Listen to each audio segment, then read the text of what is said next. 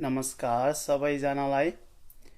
आज मैले महिनावारी हुँदाखेरि दुख्ने समस्या, पेट दुख्ने, ढाड दुख्ने यी समस्याहरूको बारेमा कुरा गर्छु।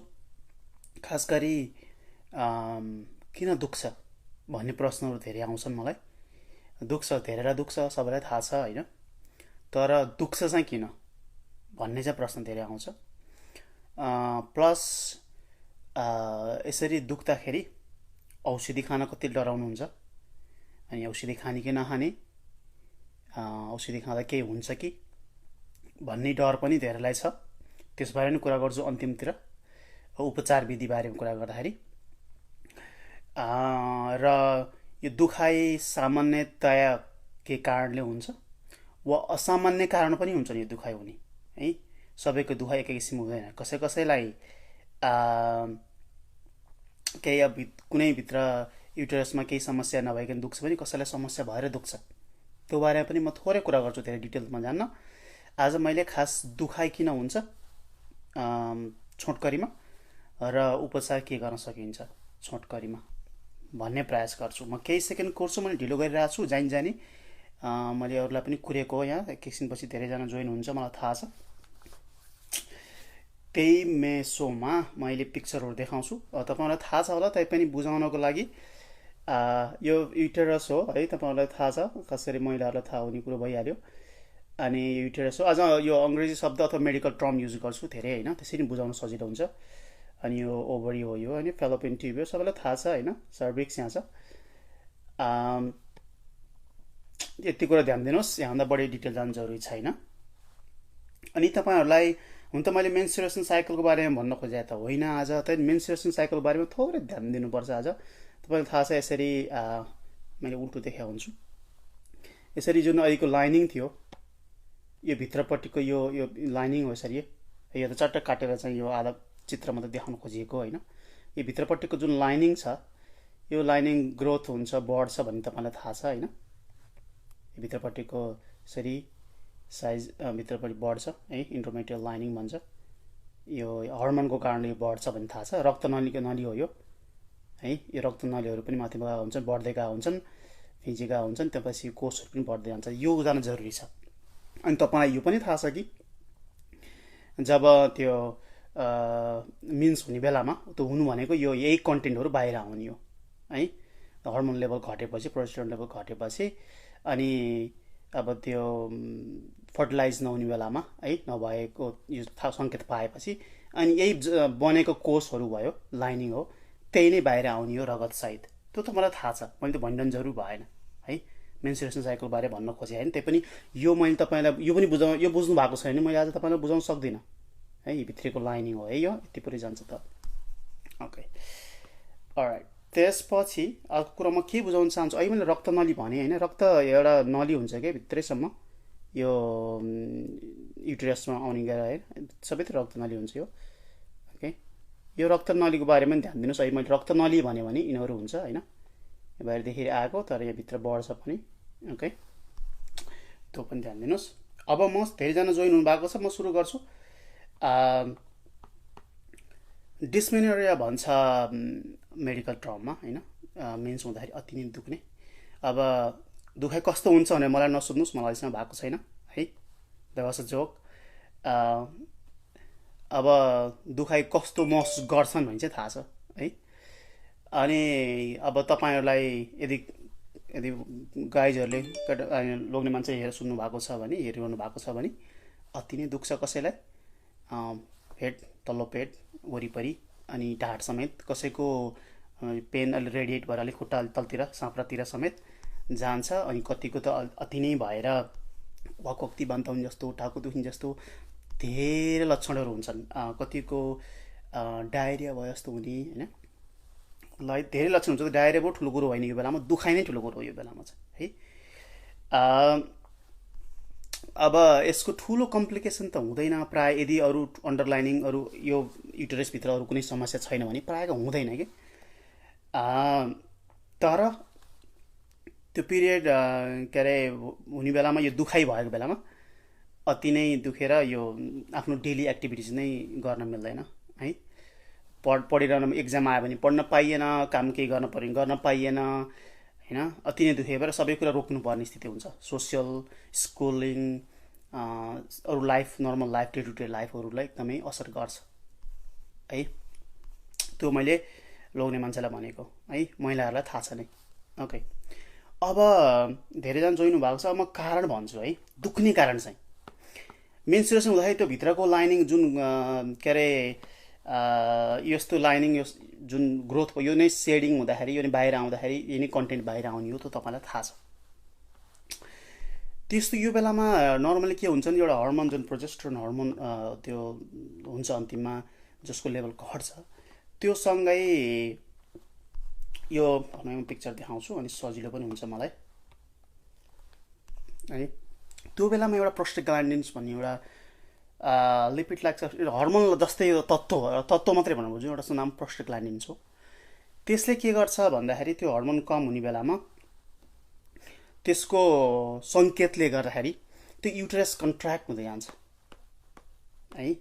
यो युटेरस हो, यो चट्टै काटेर मिलाएको, यो कन्ट्र्याक्ट हुँदै जान्छ। त्यो मसलले भित्रको पुरै मसल नै, किनभने त्यो जमेको भन्दा नि त्यो लाइनिङ छ नि इन्डोमेट्रियल भित्रको लाइनिङ, त्यसलाई बाहिर निकाल्नु पर्यो नि। त्यो निकाल्ने बेलामा त्यो मस्कुलर लिटरली कन्स्ट्रिक्टै हुन्छ कि, त्यो बलै गरेर निकाले जस्तो हो कि है। यो भित्रको जम्मा भएको यहाँ त देखाएको छैन, यो पुरै मस्कुलर लेयर नै, खास गरी भित्री लेयर नै कन्स्ट्रिक्ट भएर त्यो बाहिर निकाल्नलाई सजिलो गर्न एउटा त्यो प्रोस्टाग्ल्यान्डिन्स भन्ने एउटा तत्त्व निस्किया हुन्छ है। त्यसको कारणले दुख्ने हो वास्तवमा। ओके, त्यसले सहयोग गर्छ त्यो कन्स्ट्रिक्ट के अरे पुरै यो धकालेर यो बनाएर यसलाई बाहिर निकाल्नु त पऱ्यो नि, त्यत्तिकै सजिलो त आउँदैन। यो पुरै जम्मा भएर पुरै बनेको तत्त्वहरू पानी जस्तो सब त बगिन त होइन है, त्यो पुरै सेड भएर बाहिर निकाल्न त्यो एउटा तत्त्वले काम गरे हुन्थ्यो है। तर कसैलाई यो अति धेरै हुन्छ कि, अनि त्यो प्रोस्टाग्ल्यान्डिन्स अलिक धेरै भएको बेलामा भएकोलाई दुख्ने हो। ओके, त्यहाँ दुख्ने कारण त्यही हो। अब अरू कारण पनि हुन्छन्, धेरै कमलाई अरू कारण पनि हुन्छन्। अरू कारण म देखाउँछु। कसैलाई इन्डोमेट्रियोसिस भन्ने एउटा रोग हुन्छ है। त्यस्तो भयो भने सामान्यतया डिस्मेनोरिया, सामान्यतया दुखाइ हुने, अलिअलि दुख्छ, अलिअलि त्यो नदुख्ने औषधि खायो कम हुन्छ है। पुरै चट्टै नभने हल्का कम हुन्छ अनि बिस्तारै कम हुँदै जान्छ होइन। तर इन्डोमेट्रियोसिस भएकोलाई त्यो नहुन पनि सक्छ, अति नै दुख्न पनि सक्छ। त्यो भन्न खोजेको के हो भने, आज मैले इन्डोमेट्रियोसिस बारे भन्न खोजेको त होइन, तर आज यो भन्दाखेरि मैले भन्नु पऱ्यो के यो कोषहरू जस्तै मेन्स्ट्रुएसन साइकल हुने बेलामा हर्मोनको कारणले यसरी भित्रपट्टि यो लाइनिङहरू बढ्छ भने है, इन्डोमेट्रियम लेखेको छ, यो लाइनिङमा बढ्छ। यस्तै कोषहरू, यस्तै जसरी यो बढ्ने जुन हर्मोनले रेस्पोन्स गर्ने यो भित्र लाइनिङ हुन्छ, यो यस्तै कोषहरू महिलाको यो बाहिरतिर पनि भइदिने। यहाँ देखाएको छ माथिर है, फेलोपियन ट्युबमा पनि छ, यता बाहिर फन्डसमा चाहिँ अन्ततिर गएर पनि त्यस्तै कोषहरू हुने यसरी नै। अनि जसै त्यो हर्मोनको त साइकल हुन्छ, मेन्स्ट्रुअल साइकल जसै हर्मोन घटबड हुन्छ, अनि यो भित्रको लाइनिङले त रेस्पोन्स गर्यो, भित्रको लाइनिङ रेस्पोन्स गर्नु पऱ्यो नि है, यो बढ्नेदेखि घट्नेदेखि त्यो अनुसार गर्नु पऱ्यो। हुँदा यो जस्तै कोषहरूले बाहिर पनि रेस्पोन्स गरिदिने, यसले पनि बाहिर रेस्पोन्स गरिदिने। मिनिङ मेन्स्ट्रुएसन यहाँ पनि भयो, मेन्स्ट्रुएसन बाहिर पनि भयो कि है। यो कोष बढ्ने अनि सेड हुनुपर्छ नि। अब त्यो जस्तै भित्रपट्टि लेयर जहाँ गए, अब मेन्स्ट्रुएसन ब्लिडिङ भएर बाहिर आउँछ, यो पनि ब्लिडिङ भएर जस्तै एटलिस्ट यहाँको तत्त्वहरू जुन जम्मा भएको बढेको हो त्यो पनि बाहिर सेड हुन्छ। तर युटेरसको के हुन्थ्यो भन्दाखेरि जम्मा भएर तल आउँथ्यो, निस्किन्थ्यो, सकिन्थ्यो। तर यो बाहिरपट्टि भएकाहरू त निस्किने ठाउँै हुँदैन कि। अर्को पिक्चर पनि छ कि सजिलो बुझाउन सकिन्छ कि, यहाँ हेर्नुहोस् है। यसरी बाहिरपट्टि पनि त्यस्ता कोषहरू छ जुन त्यो मेन्स्ट्रुएसन साइकल हुँदाखेरि जुन हर्मोनको घटबड हुन्छ, प्रोजेस्टेरोन र एस्ट्रोजन र प्रोजेस्टेरोन, त्यसै यिनीहरूले रेस्पोन्स गर्छ। अनि यतातिर सेड हुँदाखेरि त मेन्स्ट्रुएसन हुँदा के अरे मिन्स हुँदाखेरि, पिरियड हुँदाखेरि यतापट्टि पनि पिरियड हुन्छ, बुझ्नु, यतापट्टि पनि यो कोषहरू सेड हुन्छ। अनि यिनीहरू निस्किने ठाउँ नपाएपछि वरिपरि बस्या हुन्छ। यहाँ पुरै पिक्चर त देखाइएको छैन।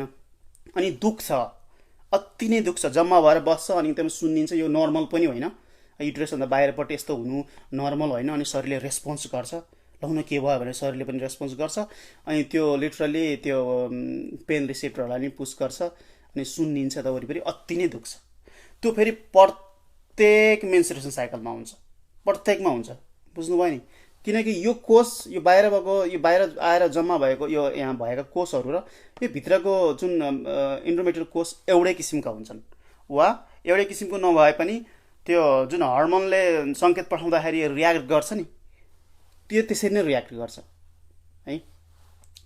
कसै कसैले यो समस्या हुन्छ, धेरै कमलाई हुन्छ है। पेट दुख्नेहरू मध्येमा सबैले यस्तो हुन्छ भन्ने होइन, तर यस्तो पनि हुन्छ। ओके, र यसको कारणले अब दुखाइ त एउटा कुरा भयो, पछि अन्य समस्या पनि ल्याउन सक्छ। त्यो इन्डोमेट्रियोसिस बारे कुरा गर्ने बेलामा गर्छु। त्यो बाहेक अर्को पनि एउटा हुन्छ। बाइ द वे मैले अघि मैले देखाउन खोजेको पिक्चर वास्तवमा यहाँ छ। यसरी बाहिरपट्टि सान आएको छ, यो बाहिरपट्टि त्यो टिस्यु छ अनि बाहिरपट्टि मेन्सुरेसन भयो भने बुझौँ, अनि यता वरिपरि भएर जम्मा भएर बसिन्छ नि सबै सुनिदिन्छ कि, अनि दुख्छ त वरिपरि पुरै भागमा है। अर्को हुन्छ एकदमै टप 3टा मात्रै लिएको छु मैले आज। युटेरिन फाइब्रोइड्स भन्ने हुन्छ एउटा होइन, यस्तो कोषहरू अनावश्यक बिचमा थपिने होइन, यस्तो फाइब्रोइड भएर बस्ने। यस्तो भएको व्यक्तिहरूलाई पनि मेन्सुरेसन हुँदाखेरि अति नै दुख्छ, सामान्य दुखाइ पनि होइन, अति नै दुख्छ। अनि यसले पनि ठ्याक्कै त्यो हर्मोनको तलमाथि भएको हुन्छ, त्यसरी यो कोषले पनि त्यस्तै गरिरहेको हुन्छ कि। तर अझै यस्तो युटेरिन फाइब्रोइड्स यो फाइब्रोइड दुवैतिर भनिन्छ, यो भएको बेलामा झन् अरूलाई जुन चाहिँ लामो समय पिरियड हुने है, 8 दिन 9 दिन 10 दिन वा पटक पटक हुने पनि समस्या ल्याउन सक्छ यसले है। यस्तो छ पनि, यो पनि छुट्टै टपिक कभर गर्छु मैले, यस्तो हुन्छ मात्रै भन्न खोजेँ है। र यस कारणले पनि त्यो फर्टिलिटीमा असर गर्छ है। सबैलाई नगर्ला तर धेरैलाई गर्छ सिभियर केसमा। अर्को हुन्छ एडिनोमायोसिस भन्ने छ यसलाई है। यसरी नै यो भित्रपट्टि यो नर्मल हो, यो है नर्मल हो, स्मुथ यो राम्रो देखाएको छ भने यतापट्टि यस्तो ग्रोथ हुन्छ। यो इन्डोमेट्रियल यो टिस्यु छ, यो भित्रपट्टि ग्रोथ भएको भनेर देखाएको यो। यस्तो समस्या हुनेलाई पनि अति नै दुख्ने समस्या हुन्छ।